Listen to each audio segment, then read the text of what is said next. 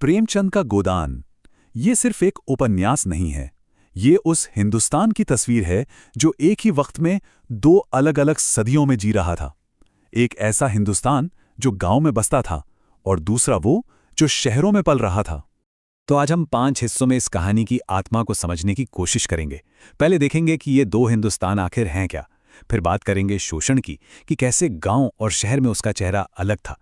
उसके बाद परंपरा और व्यक्तिवाद की टक्कर को समझेंगे। फिर उस दौर की बदलती आर्थिक व्यवस्था पर नजर डालेंगे और आखिर में उस बड़ी साहित्यिक बहस पर भी बात करेंगे कि गोदान एक उपन्यास है या दो। तो चलिए शुरू करते हैं। प्रेमचंद ने इस नॉवेल को बहुत ही कमाल के तरीके से बुना है। इसमें एक नहीं बल्कि दो कहानियां एक साथ चलती हैं और यही दो कहानियां मिलकर उस दौर के भारत की पूरी असली तस्वीर हमारे सामने रखती हैं। तो एक तरफ है बेलारी गांव, किसानों की दुनिया, जहां हर दिन एक संघर्ष है, जहां शोषण जिंदगी का हिस्सा है। और फिर बिल्कुल इसके उलट दूसरी तरफ है लखनऊ शहर, चमक दमक, जहां नया नया पैसा यानी कैपिटलिज्म अपनी जड़ें जमा रहा है, जहां पढ़े लिखे लोग बड़ी बड़ी बातों पर बहस कर रहे हैं। गोदान की पूरी कहानी इन्हीं दो बिल्कुल अलग दुनियाओं के बीच घूमती रहती है। अब बात करते हैं शोषण की। ये एक ऐसा धागा है जो इन दोनों दुनियाओं को जोड़ता भी है और अलग भी करता है। देखिए, शोषण तो दोनों जगह है, लेकिन उसका चेहरा, उसका तरीका बिल्कुल अलग है।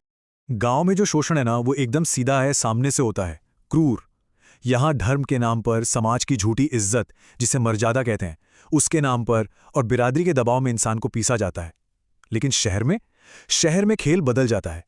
यहां शोषण इनडायरेक्ट है, छिपा हुआ है, पूंजीवादी। मतलब सब कुछ पैसे का खेल है।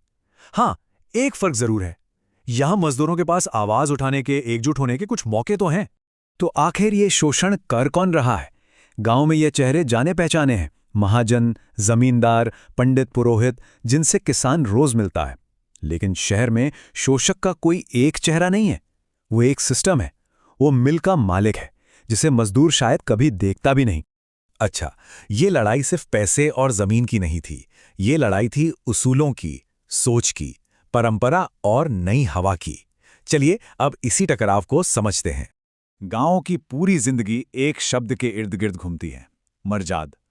अब ये मर्जाद सिर्फ इज्जत नहीं है, नहीं, ये उससे कहीं ज्यादा है। ये परंपरा है, ये एक दूसरे के लिए जिम्मेदारी का एहसास है, एक कलेक्टिव फीलिंग कि हम सब एक हैं। गांव का पूरा समाज इसी धागे से बंधा हुआ। और इसका सबसे बेहतरीन एग्जाम्पल हमें मिलता है धनिया के कैरेक्टर में। जरा सोचिए, जब वो झूनिया को, जो बिन ब्याही मां बनने वाली है, उसे अपने घर में पनाह देती है। वो जानती है कि पूरा समाज उसके खिलाफ हो जाएगा, लेकिन वो इंसानियत को, उस सामूहिक भावना को समाज के नियमों से ऊपर रखती है। यही तो असली मर्जाद है। और अब देखिए शहर को बिल्कुल उल्टा। यहां व्यक्तिवाद हावी है, मतलब मैं और मेरा फायदा। यहां रिश्ते मतलब के होते हैं, लेन देन वाले। वो जो गांव वाली अपनापन और सामूहिक भावना है ना, उसकी शहर में कोई कीमत नहीं। और इस खाई को दिखाने के लिए प्रेमचंद ने क्या कमाल के किरदार गढ़े हैं। एक तरफ गोबर है, जो गांव की मासूमियत लेकर शहर जाता है और वहां की चालाकी सीखकर लौटता है। फिर है राय साहब, जो शहर में बड़ी बड़ी देशभक्ति की बातें करते हैं और गांव में किसानों को लूटते हैं। और हाँ, मेहता और मालती जैसे पढ़े लिखे शहरी लोग, जो प्यार और बराबरी पर बहस तो करते हैं, लेकिन उनकी बातें गांव की हकीकत से कोसों दूर है। अब ये जो सारा टकराव हम देख रहे हैं, गांव और शहर का, ये असल में एक बहुत बड़े भूचाल का नतीजा था। एक ऐसी आर्थिक आंधी चल रही थी जो पूरे देश की शक्ल बदलने वाली थी। हो क्या रहा था? एक तरफ गांव की पुरानी जमींदारी, सामंती व्यवस्था ढह रही थी, उसकी पकड़ कमजोर हो रही थी। और दूसरी तरफ शहर में एक नई ताकत उभर रही थी, पूंजीवाद। बैंकर, मिल मालिक, ये नए राजा बन रहे थे। गोदान आप कह सकते हैं इसी बदलाव के दौर का एक महाकाव्य है। और इस पूरी उठापटक में, इस बदलाव में सबसे ज्यादा कौन पिसा? किसान। होरी की कहानी यही तो दिखाती है। वो एक किसान था, अपनी जमीन का मालिक, फिर वो कर्जदार बना और आखिर में अपनी ही जमीन पर मजदूर।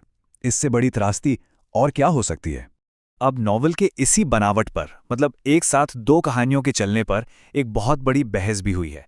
लिटरेरी सर्कल्स में यह सवाल हमेशा उठता है कि गोदान एक नॉवल है या असल में दो अलग अलग नॉवल। सवाल सीधा सा है, क्या गांव वाली कहानी और शहर वाली कहानी एक दूसरे से जुड़ी हुई हैं? क्या वो मिलकर एक पूरी तस्वीर बनाती हैं, या फिर बस ऐसा लगता है जैसे दो अलग अलग कहानियों को एक साथ रख दिया गया हो? नंद दुलारे वाजपेयी जैसे बहुत बड़े क्रिटिक ने तो यही कहा था। उन्होंने कहा कि दोनों कहानियों में ऐक्य की कमी है, मतलब यूनिटी नहीं है। ये ऐसा है जैसे एक ही मकान के दो कमरे हों, जिनके बीच कोई दरवाजा ही ना हो। लेकिन इसका एक दूसरा पहलू भी है, और वो ज्यादा दमदार है। कई एक्सपर्ट्स का मानना है कि प्रेमचंद ने ये जानबूझकर किया, उस दौर के भारत की पूरी सच्चाई दिखाने के लिए।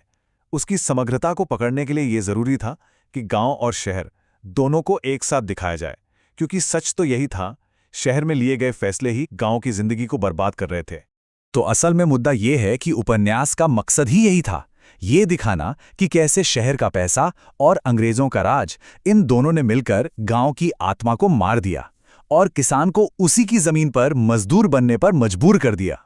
और जाते जाते एक सवाल छोड़ जाते हैं। प्रेमचंद का वो हिंदुस्तान तो अब नहीं रहा, बहुत कुछ बदल गया है। लेकिन क्या गांव की आत्मा और शहर की एम्बिशंस के बीच की वो कश्मकश, वो टकराव आज वाकई में खत्म हो गया है? ये एक ऐसा सवाल है जिस पर सोचना बनता है।